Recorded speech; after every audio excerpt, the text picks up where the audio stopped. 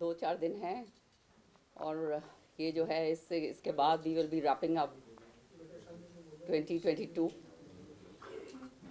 तो मैंने सोचा सबको एक बारी प्रेस भाइयों को बुलाकर आपसे बातचीत कर ली जाए कि क्या हालात जो हैं आज के दिन अपने हरियाणा में हो रहे हैं, और आपकी भी जो क्वेरीज होंगी उसको भी मैं आंसर कर पाऊँगी। तो ये पिछले 3 दिन का सत्र जो है वो आपने अच्छी तरह से सारा देखा, और सच्चाई ये है कि इतने सारे इश्यूज़ होते हैं और बहुत ज्वलंत इश्यूज़ हैं। मुझे बड़ा दुख होता है इस बात को कहते हुए कि शुरू में कहा गया था कि हमारा जो सेशन है ये लंबा हुआ करेगा, लेकिन वही खाना पूर्ति वाला सिलसिला जो है शुरू हो गया है, और 3 दिन का जो सेशन है उसके अंदर जो इतने सारे ज्वलंत मुद्दे हैं वो हम नहीं उठा पाते। अब मसलन तौर पे 14 मैंने इतने ज़बरदस्त ये जो हैं पूरे के पूरे ये दिए थे कॉलिंग अटेंशन रेजोल्यूशंस और कॉलिंग अटेंशन मोशन, जो अपने आप में बहुत अहमियत रखते हैं, और जो केवल आप जानते हो कि मैं अपने कॉन्स्टिट्यूंसी रिलेटेड बात नहीं करती हूँ, खाली पूरे हरियाणा से मेरे पास जो लोग आते हैं जो इश्यूज होते हैं उनको उठाती हूँ। तो इनके अंदर से ये 14 में से 2 हमारे रेजोल्यूशंस लगे, एक तो कौशल रोजगार योजना पर, और दूसरा ये जो शराब जो है तस्करी जो हुई है जिसके ऊपर चर्चा नहीं होने दी गई, और एक प्रश्न लगा वो इसके ऊपर जो है छात्रवृत्ति के ऊपर, जो एससी बच्चे जो हैं और जो ओबीसी के बच्चे हैं जिनको छात्रवृत्ति नहीं दी जा रही। तो आप समझ सकते हो कि किस तरह से जो है विधानसभा के अंदर काम हो रहा है। और जो कल हुआ है ये मैं समझती हूँ बहुत ही अनप्रेसिडेंटेड हुआ है, जो विधानसभा में कि एडमिट कर लिया गया है कॉलिंग अटेंशन मोशन, उसका रिप्लाई जो है हमारे टैब्स के ऊपर पूरा आ गया है। अभय सिंह चौटाला जी ने पहले दिया था तो उनको पढ़ना था और उसके बाद प्रश्न मैंने पूछने थे, मेरा भी उसके अंदर पूरी तरह से सम्मिलित था,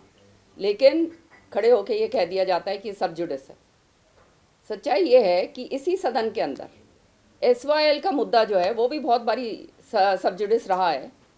लेकिन जो है उसके ऊपर भी चर्चा होती है, क्योंकि सदन जो है, जो लेजिस्लेटिव बिजनेस के लिए जो सदन बना है वो इसलिए बना है कि हम जो है अपनी बात रख सकें, सरकार से पूछ सकें कि ये क्या हो रहा है। ये लगाने का मकसद क्या था कि आपने देखा कि 2020 के अंदर जब लॉकडाउन था, पूरा देश जो है कोविड की चपेट के अंदर था, उस समय जो है इतना ज़बरदस्त जो है ये तस्करी हुई थी शराब की, और SIT कही गई, फिर SIT SET बना दिया गया, उसका क्या खाना पूर्ति हुई क्या नहीं हुई वो सबके सामने। अब जो है लेटेस्ट नवंबर और दिसंबर के अंदर ये जो है 7 लाख पेटियां शराब की पकड़ी जाती हैं तस्करी, और ये तो टिप ऑफ द आइसबर्ग है, जैसे मैं अभी पहले कह रही थी, ये तो पूरी तरह से टिप ऑफ द आइसबर्ग है। पूरा माफिया रिलेटेड ये जो है सिस्टम है, इतना ज़बरदस्त चपत जो है राजस्व का जो है हरियाणा सरकार को लग रही है। अब राजस्व को चपत जब लगती है तो उसका नुकसान क्या होता है? नुकसान ये है कि जो डेवलपमेंट वर्क्स एक्साइज के ज़रिए जो है सबसे ज़्यादा राजस्व आता है। मैं भी जब एक्साइज मिनिस्टर थी तो हमारा काम होता था टैक्स कलेक्शन, एंड इनके ज़रिए जो टैक्स कलेक्शन होता है, आप सेस बनाते हैं, अलग अलग आप काम करते हैं, और वो जो है फिर वो पैसा जो है वो डेवलपमेंट के काम के लिए लगा करता है। लेकिन जिस तरह से कल विधानसभा के अंदर मैं एक कहती हूँ एक ब्लैक चैप्टर ऐड हुआ कि पूरी तरह से उसको नकार दिया गया, उसको ये कहा गया कि ये सब जुडिस है, इसके अंदर चर्चा नहीं होगी। और जब सच्चाई ये है कि हम तो केवल पूछना चाहते थे, मंत्री ना जवाब दे, उसने जवाब तो सदन पटल पे रख ही दिया था कि ये जो है क्यों हो रहा है, ये बार बार क्यों हो रहा है, और इसके ऊपर सरकार क्या कर रही है। अब आप देखिए हॉलोग्राम्स जो हैं इनको लगाने चाहिए हर एक बोतल के ऊपर, और वो हॉलोग्राम्स ऐसे होने चाहिए जिसको काउंटरफीट ना कर पाएँ। अगर जो है सरकार की नीयत साफ होती है तो ये सारा कार्रवाई करनी चाहिए, CCTV कैमराज होने चाहिए, उसके साथ साथ जो है एक स्टैंडर्ड प्रोसीजर, ये सारी बातें मैं बोलने वाली थी जो आपके सामने आज बोल रही हूँ कि स्टैंडर्ड प्रोसीजर इवॉल्व करना चाहिए, जिसके तहत जो है आपको बार बार मॉनिटरिंग करनी पड़ेगी। सबसे पहले तो जो अफसर जो तैनात हैं ये डिस्टिलरीज के ऊपर, इन अफसरों को 1 या 1.5 साल से ज़्यादा वहाँ पे तैनात नहीं रखना चाहिए, क्योंकि साथ ज़्यादा होते ज़्यादा समय रहता है तो सबके वेस्टेड इंटरेस्ट डेवलप हो जाते हैं और आप जानते हो कि आगे फिर उसकी क्या कार्रवाई होती है।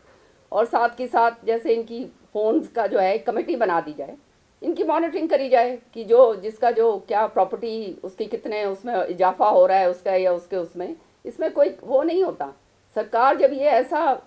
अगर ज़ीरो टॉलरेंस की पॉलिसी अपना ले तो निश्चित तौर पर ये करना कोई मुश्किल काम बिल्कुल नहीं, सच्चाई है। सो ये सारी बातें हमने सदन पटल पे रखनी थी। इथेनॉल जो है ईएनए जिसको कहते हैं, उसके अंदर अगर अल्कोहल कंटेंट जो है उसका जो अल्कोहल कॉन्सेंट्रेशन अगर 95% से ज़्यादा एक्सीड हो जाता है तो फिर आप जानते हो कि हूच की ट्रेजेडीज़ होती हैं। ये सारा ये जो जहरीली शराब का जो नतीजा है, जो अभी 26 मरे हैं, वो सारा का सारा उसके अंदर होता है। तो ये इथेनॉल के ऊपर भी पिछली बार भी मैंने कहा था कि इसका बॉटलिंग,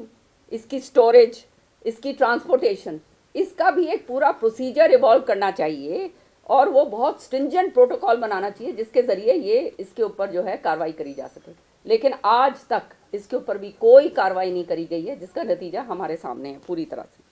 अब जो है L1 और L13 की जो डिस्टिलरी जो ये हैं ठेके हैं, इनकी जो है फोरेंसिक ऑडिट हमारे को करनी होगी। अगर हम फोरेंसिक ऑडिट नहीं करेंगे और किसी और इंडिपेंडेंट एजेंसी से नहीं करवाएंगे तो ये जो है ये स्टॉकिंग कहाँ से हो रही है, कौन सी डिस्टिलरी से हो रही है, कौन सी ऐसी डिस्टिलरीज हैं जो भाग ले रही हैं इसके अंदर पूरा तस्करी के अंदर, क्योंकि ये मिली भगत के बिना तो जो है इस तरह से निकल नहीं सकता है। और ये जो इतना राजस्व को जो चपत मिल रही है ये संभव ही नहीं है जब तक मिली भगत जो है प्रशासन की और इनके साथ ना हो। तो ये सारे के सारी चीज़ें जो हैं ये करनी चाहिए और हमने डिमांड करनी थी कि भाई सीबीआई की एक प्रोब हो। पर आपने सबने देखा कि जो जिसको एडमिट करा गया है, कॉल एंड शक्दर को इन्वोक करा गया,